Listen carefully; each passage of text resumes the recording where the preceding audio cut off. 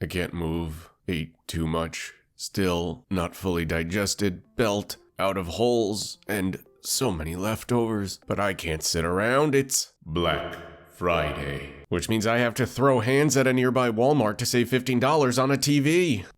Walking hurts so much. Can someone just roll me towards the Walmart? Anyway, before I participate in the time-honored American tradition of a post-Thanksgiving retail melee, I've got news to give, because I am your engorged host, Andrew, and this is Crypto Espresso, your teeny-tiny daily shot of caffeinated crypto headlines. There's only 30 days left until Christmas, don't you know? First up, Binance US is preparing to make another bid for the embattled crypto lender Voyager Digital. Speaking to Bloomberg, CZ confirmed that his exchange is very interested in a deal now that FTX is no longer able to follow through on that commitment. As a refresher, Voyager Digital slid into bankruptcy over the summer and halted withdrawals after suffering losses of $650 million on a loan to the doomed hedge fund Three Arrows Capital. A highly competitive auction was later held for its assets, and back in September it was confirmed that FTX had the winning bid of $1.42 billion.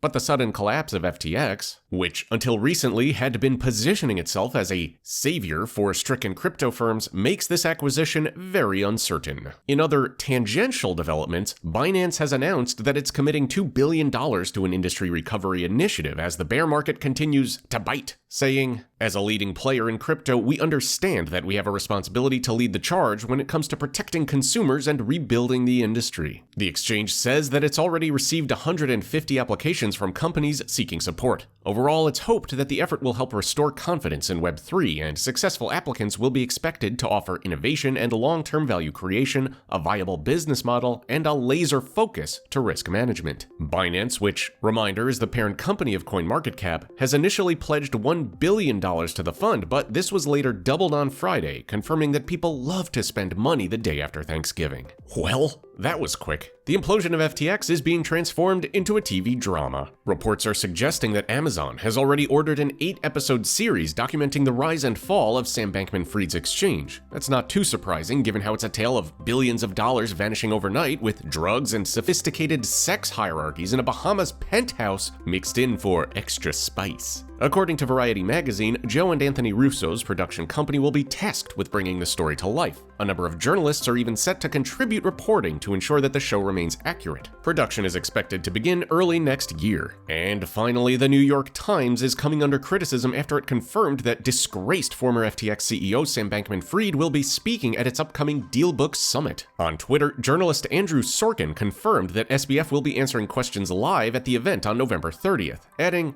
"There are a lot of important questions to be asked and answered. Nothing is off limits." His tweet led to a rage avalanche of replies from a number of high-profile personalities. Some complained that the interview will only prove useful if it aids law enforcement in their investigation against Bankman-Fried and FTX. And still others asked why SBF even has the freedom to perform interviews in the first place. And speaking of AMAs, I've got a question here from Frederick Bosworth Isaac, or FBI for short, asking me to talk about any crimes I've committed. Well, nothing's off limits, Frederick. Let's see, I jaywalked at the age of 16, and when I was 25, I accidentally ripped a tag off of a mattress that I didn't own. That'll be our little secret though, right? What isn't a secret is that I want you all to like this video, subscribe to our YouTube channel, and click on that little bell icon to get buzzed whenever a new Crypto Espresso video goes live. And speaking of gripping crime dramas, on yesterday's video, Back to Crypto wrote, "Hey Andrew, why not make a 3-minute video about yourself so we all know who is doing these great videos? Challenge. Tell you what, get me in touch with a high-level Amazon producer and we'll make it happen. And I want to be played by Ryan Gosling. Tell me who should play you in an Amazon original series in those comments below, because I read them and sometimes I'll shout out my favorites in a future episode. Questions about our headlines or crypto in general? Ask Alex in that description below. Alex is a great resource for all things Web3 and the metaverse, and that about does it for today. Again, I've been your festively plump host, Andrew, and ladies and gentlemen, the weekend. See you Monday.